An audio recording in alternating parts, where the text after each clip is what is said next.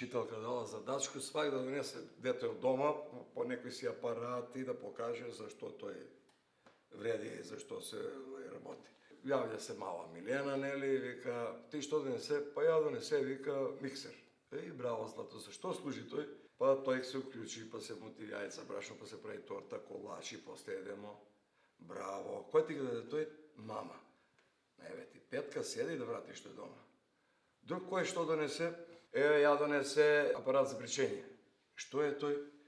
Па тој е, уклучиш у струју, не те треба пена, па се избричиш, тој може у воз, авион да браво, значи научиле сме нешто денеска. Кој ти го даде тој? Тато. Што ти кажа? Од неа се врати. Така да вратиш, седи Петка. Кој е друг, треќ, кој е? Мали Перица. Ти што донесе? Ја донесе боцу за кислород. Браво. Зашто служи тој? Па каде некој болан по болницу, па му додаде чист воздух, па преживи. Кој ти го даде тој? Па дедо. Што ти кажа?